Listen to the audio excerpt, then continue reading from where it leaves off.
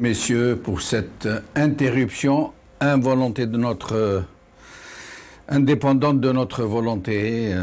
Nous nous en excusons, pardon. Je reviens à Idir Ounourn Brahimi aussi, pardonnez-nous pour cette interruption. Idir, alors je reviens à vous, votre sentiment donc sur cette crise algéro-espagnole, pardon, j'en perds mes mots. Idir Ounourn. Moi, je partage l'analyse de Brahim.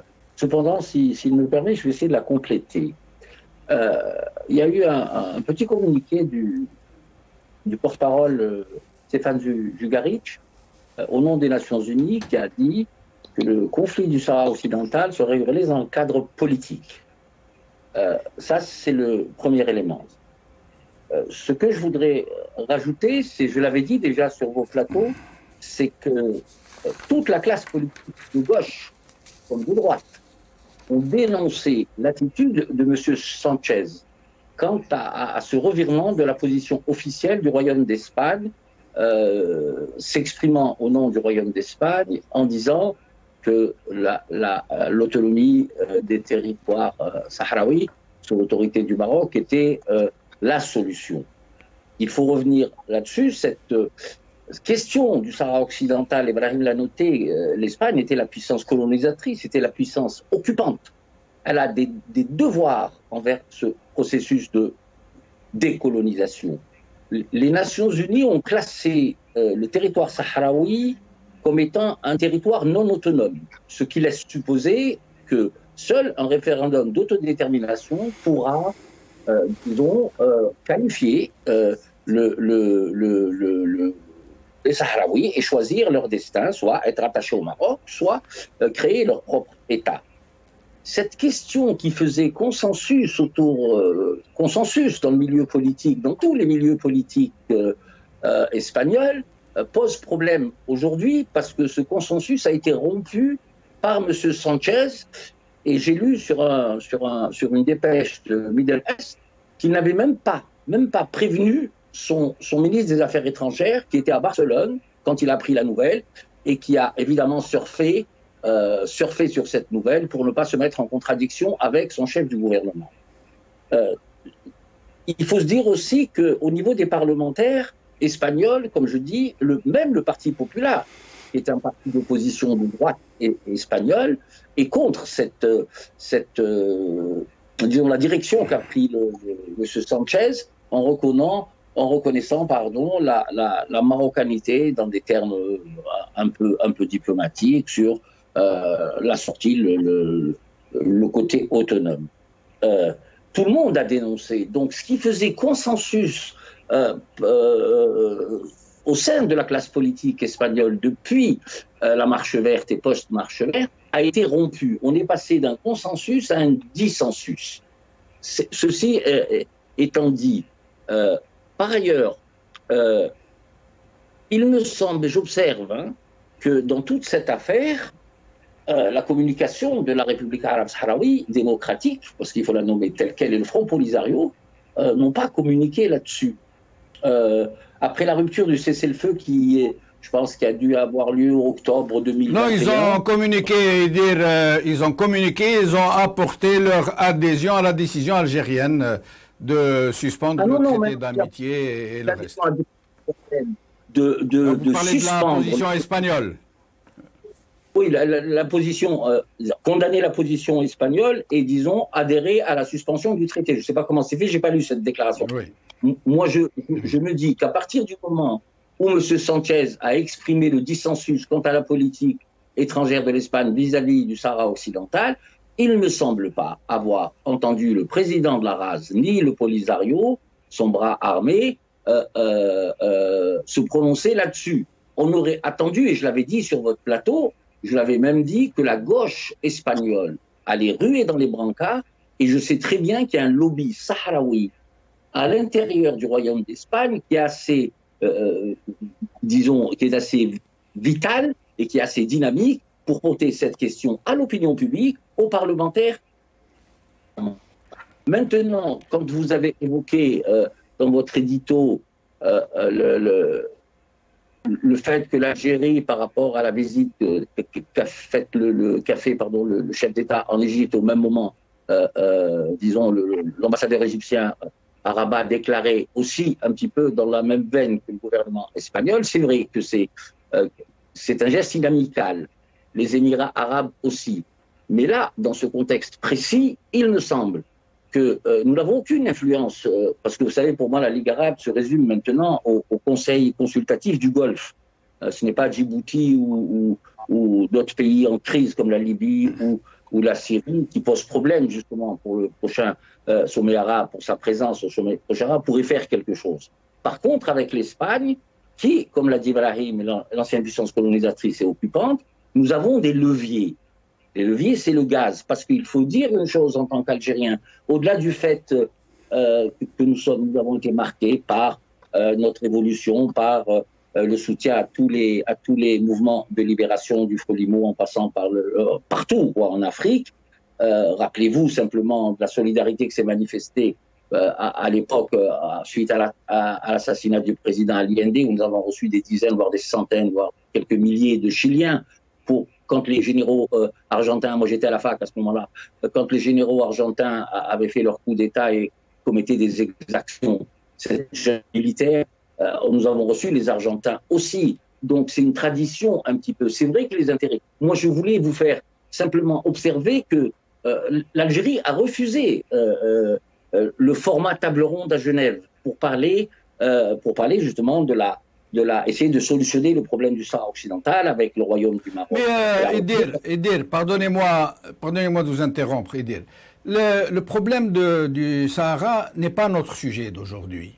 C'est un autre sujet autrement plus complexe qui nécessiterait un angle de vue et d'intervention autrement plus étoffé. Aujourd'hui, nous parlons de la réaction algérienne à une prise de position espagnole sur la question. Pourquoi l'Algérie se mêle-t-elle de cette façon, s'implique-t-elle, alors que c'est un pays entre tous les autres pays du monde? Pourquoi fait-elle sien cette vision des choses dans la région, même si elle se dit attachée à la liberté des peuples, à la lutte contre le colonialisme, mais qu'elle réagisse en tant que nation, qu'elle condamne, qu'elle dénonce, mais qu'elle s'implique encore plus que le Polisario lui-même laisse songeur. Et comme vous venez de le préciser vous-même, elle ne s'implique pas contre tout le monde de la même façon. L'Égypte, qui l'a humiliée au moment où Tebboune était au Caire, et dont l'ambassadeur avait fait une déclaration absolument outrancière, il n'y a pas eu de réaction. Ni contre les États-Unis, ni contre les Émirats, ni contre l'Arabie Saoudite, ni contre beaucoup d'autres pays qui ont... Pourquoi cette fois-ci l'Espagne? Et surtout, pourquoi, après une série de gestes tout aussi hystériques les uns que les autres? La fermeture du gazoduc, du GME, le rappel de l'ambassadeur du Maroc, le rappel de l'ambassadeur en France, le rappel de l'ambassadeur en Espagne, la suspension de ce traité, le gel des opérations, ça commence à bien faire. Et ce sont des prises de position dont on ressent tout le côté hystérique, tout le côté impulsif, à croire qu'il n'y a plus de diplomatie dans ce pays, à croire qu'il n'y a plus de concertation, à croire que les décisions ne sont plus l'objet d'une réflexion mûre, maturée, etc. C'est ça notre véritable sujet, Derounour. Oui, ce que je voulais vous dire, moi je suis en désaccord complet avec vous, excusez-moi M. Benchenouf, parce que si nous recontextualisons... Si nous ne recontextualisons pas les éléments historiques, je pense qu'on passe à côté de quelque chose. Si on est là simplement à dire « Ah, le gouvernement a bien fait, ah, il a mal fait », il n'y a pas trop d'intérêt à dire. Que vous me disiez, je vous ai entendu dire, excusez-moi, que c'est vrai que la diplomatie algérienne a un excès de fébrilité. Je peux comprendre, et je l'ai déjà dit plusieurs fois, sur beaucoup de sujets. Mais on ne peut pas comparer quand des intérêts vitaux et stratégiques sont menacés, évidemment qu'il faut à tout prix réagir. Je ne dis pas que la décision algérienne s'est faite dans la bonne compréhension de tous les enjeux. Est-ce qu'ils ont pris en compte le fait que l'Espagne demande de l'aide à la communauté européenne afin de la rétablir dans ses droits? Vous me dites que la BEF a signé une association qui a signé, qui a instruit les banques de ne pas domicilier les échanges de et vers l'Algérie. Oui, elle l'a fait. Mais il faut dire aussi que la BEF n'est pas un organe délibérant et que cette décision revient exclusivement au ministre des Finances, en accord avec le ministre des Affaires étrangères et le chef de l'État. Si tant est que ça aurait été mené de bon. On ne peut pas faire. La BEF a dépassé ses prérogatives. Et il faut la remettre en place. Mais vous y croyez, Idel Onuren, vous y croyez? Vous croyez, vous, à la possibilité d'une telle structure qui prendrait une telle décision? Ça vous viendrait, ça vous traverserait l'esprit que la BEF aurait pu, d'elle-même, de son propre chef, prendre une telle décision? Moi, je vais vous dire une chose, M. Benchenouf, encore en désaccord. Pour la bonne et unique raison, M. Benchenouf, que l'association, elle aurait pu être instruite par le ministère des Affaires étrangères, et que ça relève de l'infrapolitique. Mais que la BEF, qui n'est pas habilitée, c'est ça qu'il faut finalement mettre au devant de la crise. Et c'est ça qui a donné une crise et qui a justifié le fait que le Royaume d'Espagne saisisse la communauté européenne. Vous savez, la communauté européenne, quand il s'agissait d'attaquer l'Algérie pour des violations des droits de l'homme, elle a réagi. Elle a réagi suivant l'article 2, qui est l'équivalent des accords de Copenhague, quand les violations des droits de l'homme ont été faites par le Parlement. Et ce n'était pas une intervention contraignante, parce que ça n'atterrissait pas ni à la Commission, ni aux réunions des chefs de gouvernement et de président. Moi, je dis une chose, M. Benchenouf, qui est très simple. Nous vivons dans un contexte assez explosif, et que par rapport aux Émirats arabes unis ou à tous les rois clés du Golfe, nous n'avons aucun moyen de pression. C'est une question cardinale pour l'Algérie. Elle pourrait être traitée différemment. Mais le fait que l'État algérien puisse réagir de cette manière, je pense qu'il est dans son bon droit. Parce que c'est un geste inamical. Et n'oubliez pas une chose, c'est que le moyen de pression sur le Royaume d'Espagne, c'est qu'au niveau du volume de gaz, ils dépendent de nous à 41,4 pour leur gaz domestique et industriel, destiné à l'industrie. C'est le seul moyen qu'on avait. Et parallèlement à ça, je suis désolé, il y a eu une négociation avec le Royaume du Maroc. Il faut dénoncer aussi. Le Royaume du Maroc a expressément dit dans une missive qu'il retardait de 30 ou 40 ans ou 50 ans, je ne m'en souviens plus, la revendication sur Ceuta et Melilla. Ça, c'est le premier élément. Quand vous avez le ministre des Affaires étrangères du précédent gouvernement qui juge l'attitude de M. Pedro Sanchez et que l'Espagne n'avait pas besoin de ça dans la crise mondiale qui a fait que les hydrocarbures ont flambé, je crois qu'il faut avoir de la retenue un petit peu et qu'il faut observer ce qui se passe par rapport à cette histoire avec beaucoup de responsabilité. Moi, je ne délivre pas de chèque en blanc ni pour le gouvernement, ni pour le Maroc, ni pour rien. J'essaye d'observer et d'apporter quelques éléments factuels à mon modeste niveau. Très bien. Alors, je rappelle seulement, au cas où je me serais mal exprimé, et dire que la BEF, cette association des banques, etc., pour tous ceux qui connaissent le système algérien et son mode de fonctionnement, ne peut pas, en aucun cas, et de quelque façon qu'il soit, avoir pris une telle décision de son propre chef. C'est quasiment impossible. Sauf qu'on ne comprend pas pourquoi on lui a fait endosser une telle décision. Pourquoi ceux qui ont décidé de suspendre le traité d'amitié n'ont pas profité pour dire qu'ils gèlent les domiciliations bancaires? Pourquoi a-t-on fait endosser une telle décision tout à fait arbitraire et tout à fait contre-productive qui met des dizaines de sociétés sur la paille? Pourquoi l'avoir fait endosser? Allez-y, dites-nous. Non, ce que je voulais vous dire, mais ça, je l'ai évoqué, M. Benchenouf, en disant que ce n'est pas un organe qui laisse supposer qu'il y a eu une instruction qui est venue d'en haut. Ce que je vous rajoute mais pourquoi encore une fois, une instruction? Pourquoi ne pas avoir pris la décision et ne pas l'avoir endossée soi-même? Pourquoi sachant que tout le monde sait comment fonctionne ce régime algérien, pourquoi laisser croire qu'une telle structure... Mais enfin... Mais excusez-moi encore une fois, je vous réponds, parce que c'est une question primordiale. Oui, il y a des choses de l'infrapolitique, M. Benchenouf, et qu'à un moment donné, quand un État estime qu'il fait parler un porte-voix qui n'a pas les pouvoirs de s'exprimer, il enclenche le débat, il amorce la crise.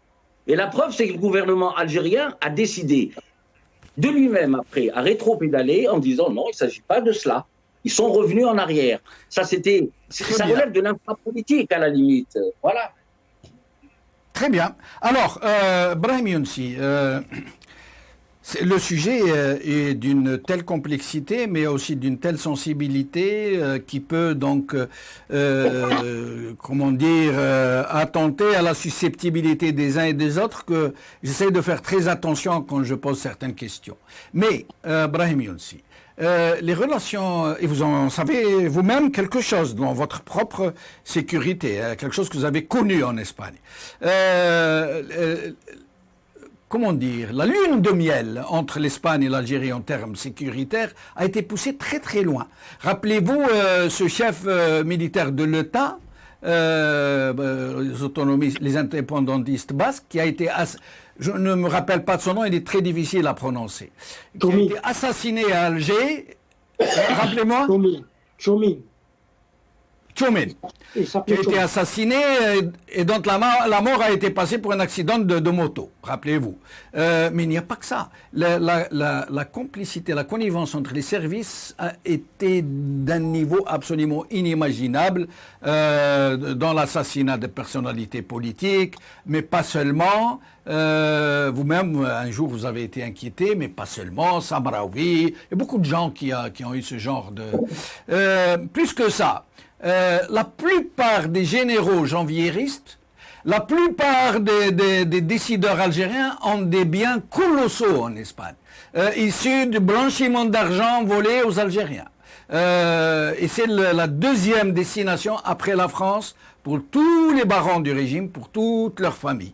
Et voilà qu'on fait fi de tout ça, on fait table rase et on redémarre en faisant miroiter à l'Italie qu'elle va remplacer l'Espagne dans le privilège de la coopération avec l'Algérie, etc. Expliquez-moi un peu comment tout cela a pu devenir possible, Brahim Younsi. La preuve en est, ça a été possible. Il appartient, de toute façon, le traité qui a été suspendu, qui n'a pas été annulé, qui est suspendu entre les deux pays, en tout cas suspendu par l'Algérie, n'importe quel autre pays l'aurait fait. Ça s'est fait dans l'histoire des relations internationales, parce que c'est un traité bilatéral de ce type qui ne concerne pas l'Union européenne du tout. Or, la seule question qui concerne l'Union européenne, en effet, parce que l'Algérie, imprudemment d'ailleurs, et c'était à l'époque de Bouteflika que tout cela a été négocié avec l'Union européenne, il y a eu des fautes graves qui ont été commises, peut-être intentionnelles d'ailleurs, par le pouvoir de l'époque, à savoir que sur le plan notamment économique, l'Algérie a permis à l'Union européenne d'intervenir et de procéder à des ajustements dans les accords d'association, et l'Algérie ne pouvait pas le faire quant à elle. C'est dire que l'Union européenne aujourd'hui peut intervenir dans ce dossier parce que l'Algérie a décidé, et vous l'avez dit, du gel des domiciliations. C'est-à-dire que l'Algérie interrompt les paiements, elle refuse que les effets, comment on appelle ça, les lettres de change, etc., ne soient pas payés ni d'un côté ni de l'autre. C'est dire que c'est une lourde conséquence. Et cela a été aussi, il faut le dire, dans le conflit entre la Russie et le monde occidental. Le monde occidental a décidé subitement d'empêcher la Russie d'utiliser le réseau SWIFT c'est empêcher les Russes de commercer et de payer. Et justement, pardon. Justement, Brahim, oui, pardon de vous interrompre, Brahim, justement parce que le temps nous presse. Oui, allez-y, poursuivez, j'ai une question pour vous. Ok, je crois que notre ami Idir a posé une question fondamentale, parce que là, aussi bien l'Union européenne que l'Espagne défendent des intérêts économiques et financiers. C'est parfaitement leur droit. Et oublient l'autre volet, le plus important en tout cas pour nous, c'est la politique de voisinage. Et cette politique de voisinage pose des conditions à l'Algérie, parce que c'est l'Algérie qui a signé, d'ailleurs, paradoxalement, a signé l'accord ou les accords d'association avec l'Union européenne en Espagne, à Valence. C'est dire que les choses se retournent un peu. Et l'Union européenne, et singulièrement, et vous en avez dit un mot, l'Espagne n'a pas respecté les accords d'association dans le sens des droits de l'homme, de la démocratie, de l'état de droit, etc. etc. Et et vous l'avez dit, elle a arrêté des opposants, dont j'ai été d'ailleurs en 1987, et elle a non seulement arrêté des opposants tout récemment, qu'elle a livré purement et simplement un pouvoir dont elle sait qu'il ne respecte pas les droits de l'homme. C'est ce qui les intéresse. Ce n'est pas la question des droits de l'homme et de la démocratie, mais les intérêts qu'ils en tirent. Alors, Brahim Younsi, le ministre de l'économie espagnol vient de déclarer que tout ça, c'est que de l'esbrouf, que derrière, l'Algérie serait intéressée à rejoindre le clan russe. Tout ça n'est que prétexte, en fait, que de la fumée. Chose que beaucoup d'observateurs se disent étonnés d'entendre, sachant que c'est tout à fait le contraire, semble-t-il, que ce n'est pas de façon mûre, réfléchie, posée, que l'Algérie a choisi son camp, mais qu'au contraire, ça a été une décision impromptue, improvisée, quasi hystérique et d'un. De l'autre côté, l'Espagne qui interpelle donc, qui fait appel à l'Union européenne qui a interpellé l'Algérie, qui l'a sommé en quelque sorte de revoir sa copie. Tout ça, Brahim Younsi, risque-t-il d'aller dans un sens ou dans un autre? Et question subsidiaire s'il en est, Brahim Younsi, quand j'entends les gens dire l'Algérie a décidé, l'Algérie a fait, l'Algérie a pris position, je ne sais pas, mais je me permets d'exprimer mon avis personnel. Moi, je ne me sens pas concerné. Je ne sens pas que c'est mon pays qui a pris telle ou telle décision, mais que c'est une clique qui a fait main basse sur le pouvoir, qui se sert du pays, de ses ressources, de son poids au niveau international et qui est en train de faire du tout et du n'importe quoi. Et je sens que ça ne me représente nullement et en aucun cas. Pardon de l'avoir dit, mais je tenais à le dire. Oui, ce n'est pas en termes de représentativité. Nous essayons de traiter ce dossier extrêmement difficile et très dangereux avec une certaine objectivité. Bien entendu que le pouvoir d'Alger profite d'une situation pour susciter une cohésion autour de lui. Cela est clair qu'il va en profiter sur le plan interne, où il va essayer d'en profiter sur le plan politique intérieur. C'est clair. Mais le problème n'est pas là véritablement. L'Espagne a joué à un jeu qui, bien sûr, pour elle, est important. Nous ne savons pas encore, très prochainement, nous le saurons à mon avis, le marché qui a été passé entre Madrid et Rabat, parce qu'il y a un marché, et le pouvoir d'Alger qui s'est vu grugé d'une certaine manière, parce que l'Espagne tenait à la relation à la fois économique et politique avec le pouvoir d'Alger, je ne dirais pas l'Algérie, mais le pouvoir d'Alger. Jusqu'à maintenant, ils étaient d'accord sur l'ensemble de la politique, à la fois, comme l'a dit Idir, sur la question géopolitique.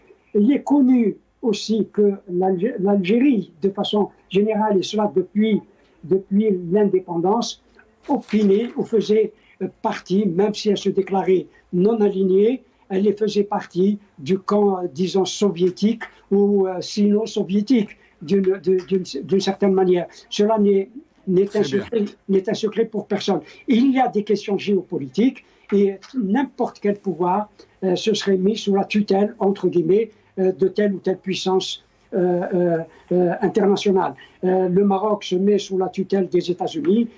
Bon, il reste à ce régime de se mettre sous la tutelle de la Russie et de la Chine, moyennant des intérêts. Et vous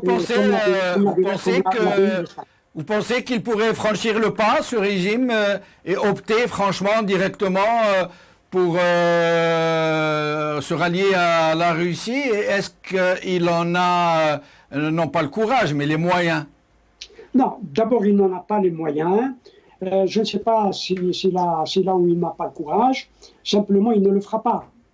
Il ne le fera pas. Mais la réaction naturelle, parce qu'il y a un camp, c'est celui des États-Unis, avec la France, l'Allemagne, etc. Vous avez un certain nombre de pays européens qui ont reconnu le projet ou qui soutiennent le projet marocain d'autonomie.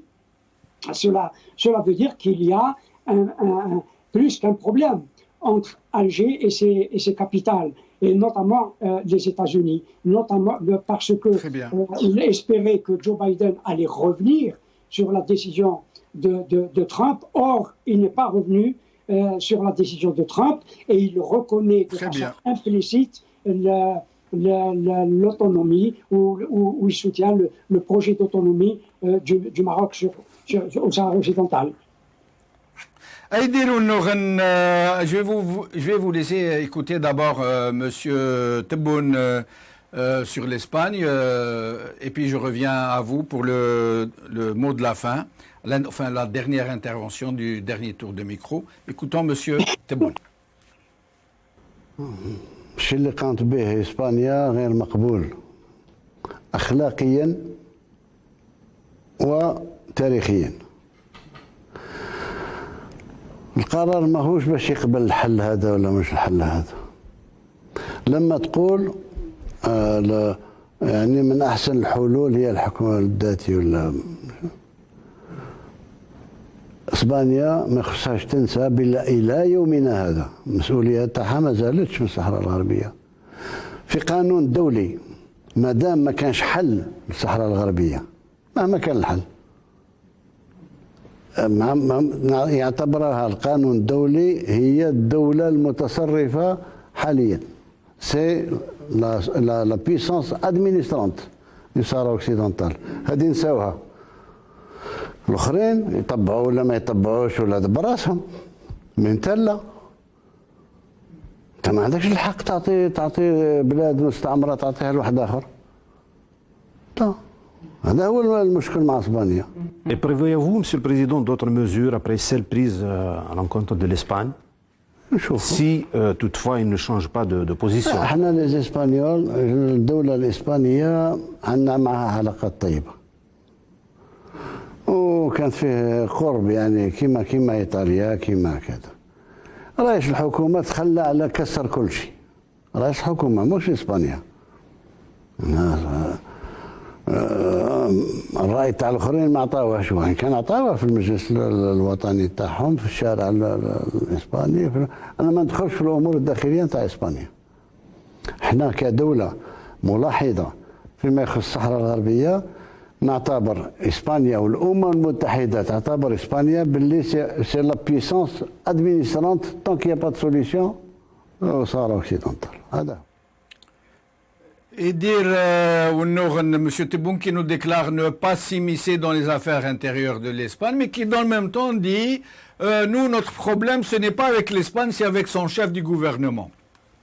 Mais sinon, Idir, est-ce que vous pensez que Tebboune est en train de mettre à profit cette histoire pour aller dans le sens du fameux Lem Shemel qu'il est en train de préparer pour le 5 juillet? Est-ce que ça pourrait lui servir pour rallier autour de lui tous les Algériens qui, jaloux de de la liberté de leur pays, de son indépendance, pourraient donc rallier, se mettre tous sous le burnous de M. Tebboune? Tout à fait, tout à fait. Bien sûr que ça participe à redorer un peu et à donner un souffle à cette cohésion autour de ce pouvoir, mais c'est peine perdue à ce niveau-là. Moi, j'ai eu à critiquer toutes les imperfections, toutes les fautes, les erreurs politiques sur les dossiers internationaux de M. Tebboune. Donc, je suis très à l'aise pour en parler.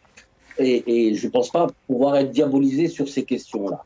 Ce qu'il y a lieu de dire, c'est que, quand bien même cette histoire ou ce montage,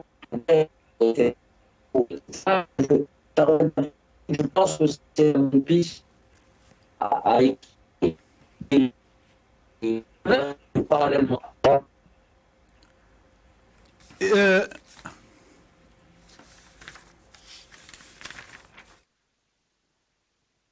Nous allons vous passer notre soundbite en attendant de régler le problème avec Idir Nouren qui semble avoir un problème de son. Nous allons écouter encore.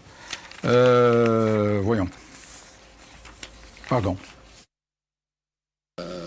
Para todo el resto no hay nada que añadir. Verdaderamente estamos tanto cercanos que la ministra Arantxa podría hablar en mi nombre, en nombre de Argelia, por favor. Sí.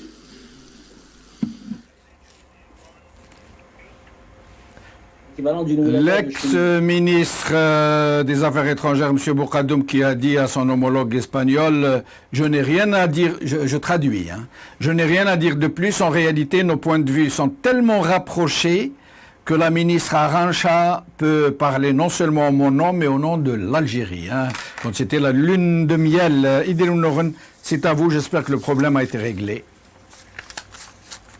Entendu ou pas, je dis une chose, moi j'ai dénoncé, j'ai commenté toutes les erreurs et les fautes politiques sur les dossiers internationaux, indépendamment de ce que l'on dit assez souvent sur la situation interne du pays. Quand il y a eu trop de maladresse, vous avez évoqué toutes les crispations avec le président Macron, mais qui avait attrait à l'idée de la nation et au système politico-militaire qui vit en Algérie, qui est une évidence pour tout le monde, avec la crispation avec l'ennemi jugé, l'ennemi éternel, le royaume du Maroc, et toutes ces crispations, je peux comprendre. Mais parallèlement à ça, il y a eu un rétro-pédalage des Algériens et de la politique dans ce cadre-là, quand ils ont dit notre signature sera maintenue. Nous n'allons pas, nous allons honorer notre signature par rapport aux approvisionnements de gaz. Il faut comprendre que dans ce jeu-là, qui nous concerne pas, nous en tant que citoyens, mais qui concerne la diplomatie algérienne, ses fondamentaux, son éventuel rayonnement dans l'espace sahélo-sahélien, en Afrique du Nord et par rapport à la rive sud de la Méditerranée. C'est tout ça qui est peut-être une politique mal pensée, il n'y a aucun souci là-dessus. Mais sur ce problème avec l'Espagne, écoutez, il y a Middle East, encore une fois, qui a dit que M. Sanchez était tenu par Middle East, c'est pas un tabloïd anglais, je veux dire. Hein, il dit que M. Sanchez serait tenu par les informations, par l'intermédiaire de Pegasus, que détiennent le royaume du Maroc. C'est très complexe et très compliqué. Je pense qu'il faut rester dans un espace géopolitique et analyser les choses lucidement, avec beaucoup de calme, et de se dire que dans cette affaire-là, le royaume d'Espagne est à condamner. Je pense que tout le monde s'accorde à le dire en tant que puissance colonisatrice, puissance occupante, et que cette question sur l'autodétermination du peuple sahraoui a fait consensus sur tous les gouvernements, d'Aznar, comme a souligné Brahim, à tous, Felipe González, les socialistes, et par cette intervention maladroite, je pense, du Royaume d'Espagne, la crise arrive. Comment elle va être gérée? Les relations nationales depuis les traités de Westphalie a beaucoup évolué. La diplomatie est un art, et la diplomatie est un métier. Ça trouvera sûrement ta solution. Dans quelles conditions? Dans quel honneur? Voilà, j'aurais terminé. Merci Idir, merci Brahim Younsi. Je rappelle seulement la réaction de la ministre de l'économie espagnole qui semble avoir mis la question dans l'engrenage UE, OTAN, conflit russo-OTAN de l'Algérie qui jusqu'à présent n'a pas parlé de gaz, bien au contraire, qui a démenti, qui a affirmé qu'il n'est pas question de faire rentrer l'histoire du gaz dans cette équation, dans ce différend, dans ce conflit, mais il n'en demeure pas moins que nous semblons nous acheminer vers ce genre de situation où les partenaires sont devenus des adversaires dos à dos, chacun regardant ses propres horizons. Mais j'aimerais, avant de vous quitter, vous lire quelques commentaires sur ma page de nos téléspectateurs. Mansouf El-Haq. Le bon sens aurait voulu que cette suspension du fameux traité soit accompagnée de la réduction de la représentation diplomatique et des antennes consulaires sur la péninsule ibérique, puisque les relations entre les deux pays ont été amputées d'un important volet qui est l'économie. Zine El-Abidine Ben Amran, des gouvernants hors sol, hors jeu, coupés de la réalité de leur pays et du reste du monde, l'autisme et la surdité profonde. Merci donc à Brahim Younsi Diroun Noren. Merci à vous, chers amis, d'avoir suivi cette émission. Pardon encore une fois pour l'incident technique qui est survenu en début d'émission. Qala khair, bislama.